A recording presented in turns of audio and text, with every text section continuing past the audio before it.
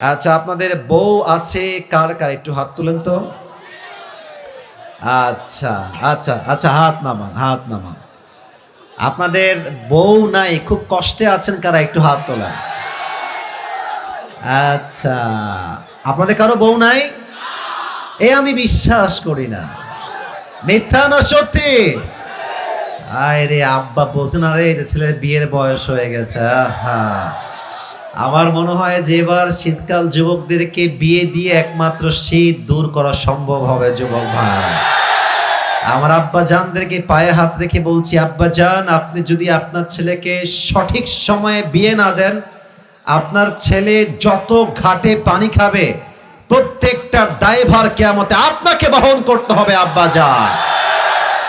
আব্বা জানকে বলে কোনো লাভ নাই গো, সব দোষ বেশিরভাগ মেয়েদের যুবক ভাই।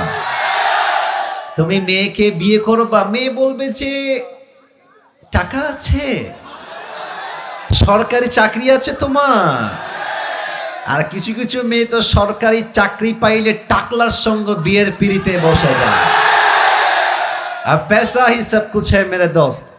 এখনকার মেয়েদের কাছে চরিত্রের চাইতে টাকাটা বেশি ম্যাটার করে যুবক ভাই। বাসও খায় সেই লেভেলের। কারণ যেই চরিত্রহীন ছেলেকে আপনি টাকা দেখে বিয়ে করছেন, প্রিয় বোন আমার, উইথ ডিউ রেসপেক্ট বলছে, আমি আসিফ আপনাকে সম্মানের সঙ্গে বলছি, আপনি টাকা পাবেন, ঢাকার গুলশানে ফ্ল্যাট পাবেন, BMW পাবেন, রোলস রয়েলস পেতে পারেন, ডুপ্লেক্স ট্রিপ্লেক্স ফ্ল্যাট পেতে পারেন টাকার জন্য। বাট ওয়াল্লাহি বিয়ের পরে যে আত্মকেন্দ্রিক মনের একটা প্রশান্তি আছে, চরিত্রহীন ছেলের কাছে, বুইড়ার কাছে আপনি ওই সুখ খুঁজে পাবেন না। আল্লাহ প্রত্যেকটা বোনদেরকে বোঝার তৌফিক দান করুন, সকলে মন খুলে পড়েন আমিন। আমার 2 বছর আগে আল্লাহ তাআলা আমাকে ওমরাহ করার একটা সুযোগ দিয়েছেন, আলহামদুলিল্লাহ। আমি নবীজির রওজায় গিয়েছি, মক্কায় গিয়েছি, মদিনা আমি ভিজিট করেছি। তো আমার এখনো মনে আছে, মদিনায় যখন আমি গেলাম ফর দ্য ফার্স্ট টাইম, তখন বাজে রাত 2টা বা 3টা। আমি এয়ারপোর্টে ল্যান্ড করেই মদিনায় চলে আসছি নবীজির রওজার সামনে।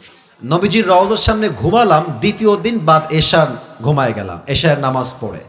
তো আমার আইফোন, আমার অ্যান্ড্রয়েড ফোন, আমার মানি ব্যাগ, আমার রিয়াল, পাসপোর্ট সব আমার বুকের ডান পাশে আমি রাখলাম। ওপেনলি ঘুমায় গেলাম নবীজির ঠিক রওজার সামনে। আইফোন রাখা, অ্যান্ড্রয়েড ফোন রাখা, টাকা রাখা, রিয়াল রাখা, বাংলাদেশি টাকাও সেখানে ছিল, মানি ব্যাগ ছিল, পাসপোর্ট সব ওখানে রাখা আমার। তা আমি ঘুমালাম ঠিক এশার নামাজের পরে।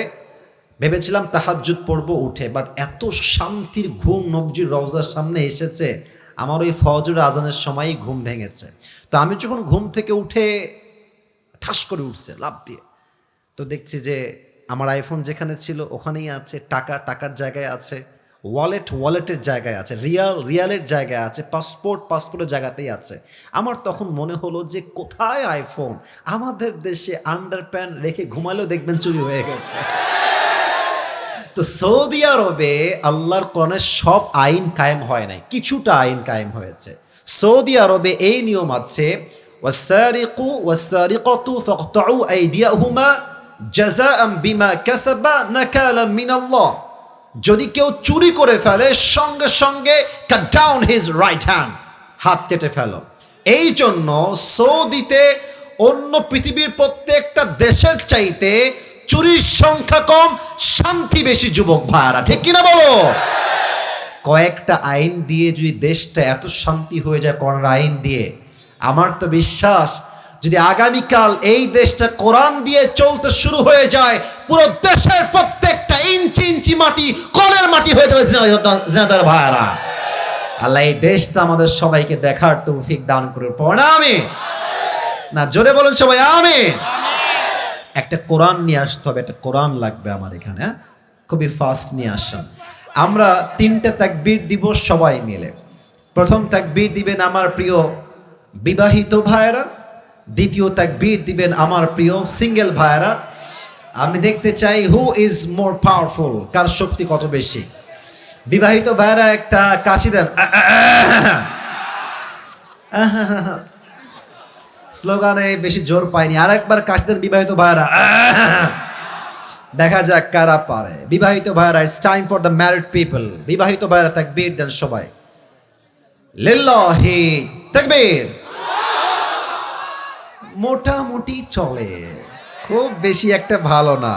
আচ্ছা, এবার সিঙ্গেল ভাইরা একটা কাশি দাও। ওরে বাবা রে। এবার দেখা যাক কে পারে। বিবাহিত ভাইরা চুপ থাকবেন, সিঙ্গেলদের পালা এবার। লিল্লাহি তাকবীর। বিবাহিত ভাইরা, আই এম সো সরি, আমাকে আপনারা মাফ করে দিবেন, আজকে আমার সিঙ্গেল ভাইরা জিতে গেছে। ঠিক আছে কিনা বলো? আচ্ছা, শেষ তাকবীর দিয়ে মূল ওয়াজের বিষয়ে ফিরে যাব। আমার সবাই মিলে এবার দিবেন, এমন জোরে দিবেন যে আমি আসিফ আমার সবাইকে নিয়ে স্টেজ ভেঙে নিচে পড়ে যাব। সবাই একটা কাশি দেন। লিল্লাহি তাকবীর। ডান হাত লাগবে, একদম গায়ের জোর সমস্ত ঈমান দিয়ে এক করে বলবেন লিল্লাহি তাকবীর। আল কোরআনের আলো, আল হাদিসের আলো, কোরআন হাদিস যেখানে,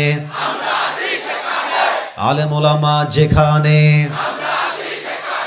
ঝিনাইদহবাসী যেখানে, কালীগঞ্জবাসী যেখানে, আল্লাহ কবুল করুক। আমিন। আমি আপনাদের জন্য আজকে একটা गिफ्ट নিয়ে আসছি, নেবেন? हादिया। ये हर किसी को मिलने वाला नहीं है, ये नसीब की बात है, सिर्फ एक इंसान को ये मिलेगा। যে কোনো একজন। এটা আমার একটা টুপি আমি নিয়ে আসছি, এটা আমি যে কোনো একজন যুবককে হাদিয়া দিব। এই কল টুপি কিন্তু আজহারিও পড়ে, একটু ভাব দিলাম একটু বেশি করে যেন তোমরা আগ্রহী হও। হ্যাঁ, তো এই টুপিটা যে পেতে চান এখন থেকে মনোযোগ বাড়ায় দেন। শর্ত একটা, আমি আসিফ কোরআন থেকে হাদিস থেকে যে বিষয়ে আলোচনা পেশ করব, যদি শেষে গিয়ে কেউ সেই কথাগুলো পয়েন্ট টু পয়েন্ট আমাকে মুখস্থ বলতে পারে, কারণ ওয়াজটা পুরোটা পয়েন্ট ভিত্তিক হবে, 1 2 3 4 5 6 7 এই টাইপের হবে। তো যদি কেউ 7টা পয়েন্ট মুখস্থ করতে পারে, তাকে আমি আসিফ শেষে গিয়ে এই টুপিটা পুরস্কার হিসেবে পরিধান করায় দিব। রাজি আছেন তো সবাই ইনশাআল্লাহ?